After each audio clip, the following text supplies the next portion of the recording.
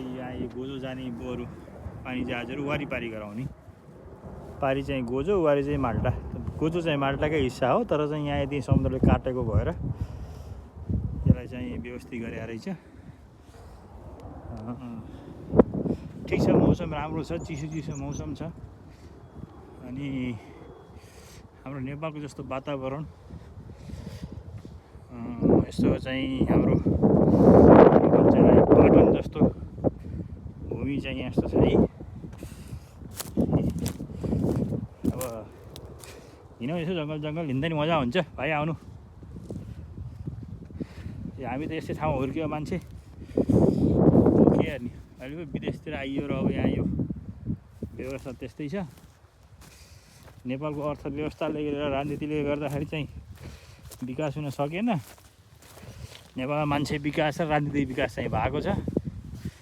अब आर्थिक विकास चाहिँ खै हाम्रो पालामा पनि हुन्न जस्तो छ अब छोरानाति पालामा त्यस्तै हो आफू मरेपछि मृदा डुमे राजा हुन्छन् त्यस्तै छ हामी आई गाडी ल्याउने मजाले घुम्ने मौसम यस्तो बादल छ है उतिखेर पानी पर्छ उतिखेर घाम लाग्छ नि यहाँको नि त्यस्तै छ मौसम अब सबैलाई यहीँबाट नमन गर्दै त्यो डाँडाको मन्दिरमा जाने हो नि हाम्रो प्लान हो त्यो डाँडामा त्यहाँ मन्दिरमा जानुलाई बाटो खोजिराखौँ हामीले अब त्यहाँ गइन्छ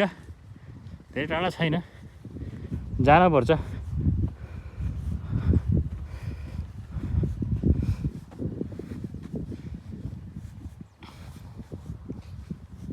यो चाहिँ एउटा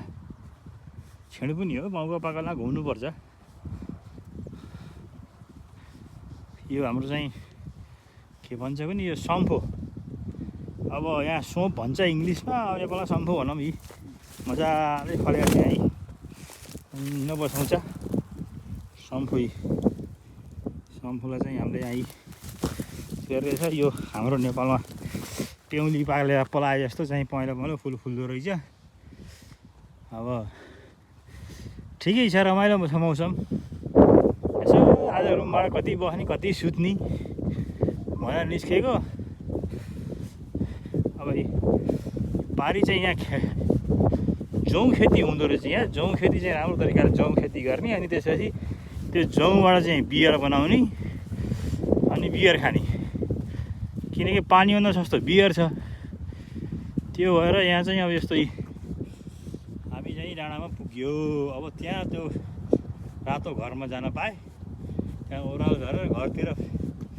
जाने हो यतातिर गइन्न यता यसो दृश्य चाहिँ अवलोकन गरौँ भनेर आएको यो चाहिँ अब गोजो यहाँ पारी देख्यो त टुप्पो देखिएको छ पारी त्यसलाई चाहिँ भिक्टोरिया भन्दो रहेछ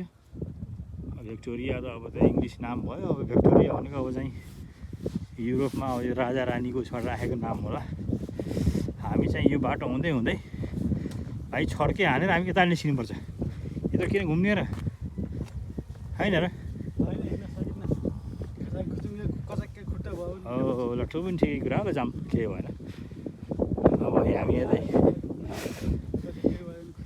तर चाहिँ माथि पुगिन्छ है अब चाहिँ त्यहाँ पुगेर उतापट्टि के छ भन्ने कुरा हुन्छ क्या हामी चाहिँ पाहाडमा बस्दाखेरि त्यो डाँडापारी के थियो होला त्यहाँ डाँडा गएपछि फेरि चाहिँ आकाश छुने पनि थियो होला भन्ने एउटा चाहिँ उत्सुकता हुन्थ्यो त्यही उत्सुकतामा हामी हिँडिरहेछौँ अब यो तर कस्तो हो भने देश विकास हुनलाई ठुलो घर ठुलो बिल्डिङ टावर झिलिमिली गरेर देश विकास हुँदैन देशको अर्थतन्त्र बलियो र मजबुत भएर त्यहाँको जनतालाई चाहिँ घाँसबास कपासको व्यवस्था सरकारले गरिदियो भने स्वास्थ्य शिक्षा फ्री गर्यो भने त्यही विकास हो अब खै हाम्रो त्यो नेपालमा अब के भनौँ आफ्नो देशको अवस्था यस्तो छ राजनीतिक उथलपुथल अब चुनाव पनि आउँदैछ त चुनावमा अब के हुने कसो हुने अब त चाहिँ भगवान्ले जान्नु अब पार्टी नहेरौँ व्यक्ति हेरौँ अब जिउँदा जन्ती मर्दा मलामी चाहिन्छ त्यही हिसाबले चाहिँ अब भोट हाल्नु होला सबैले त्यहाँबाट नि रहेछ त्यहाँ अनि त्यहाँ आएको पनि हुँदो रहेछ नि हामी थियो होला अब हामी त्यो लागि तेरो पाएँ लागि हेरौँ जाउँ अब ठिक छ यो चाहिँ हाम्रो व्यवस्था चाहिँ गएछ यस्तै देख्दाखेरि केही छैन झुडापट्टि जस्तो छ तर चाहिँ टेक्नोलोजी चाहिँ अपनाएर सबै ठाउँमा सुरक्षित वातावरणको हिसाबले त्यो चाहिँ त्यसै गरिरह अब पोल त यस्तो भयो अब नजिक त गराउनै पर्यो नि यहाँ ट्रान्समिटर किनकि अब नेपालमा पो चाहिँ नेपालमा पो अब एउटा पोल 20वटा पोल पार्ने अनि 18वटा गाड्ने 2टा पोलको पैसा खाने गर्छन् र पो त यहाँ भ्रष्टाचार छैन अब त्यो भएर चाहिँ नि भाइ त्यो छ नि त विकास भनेको ल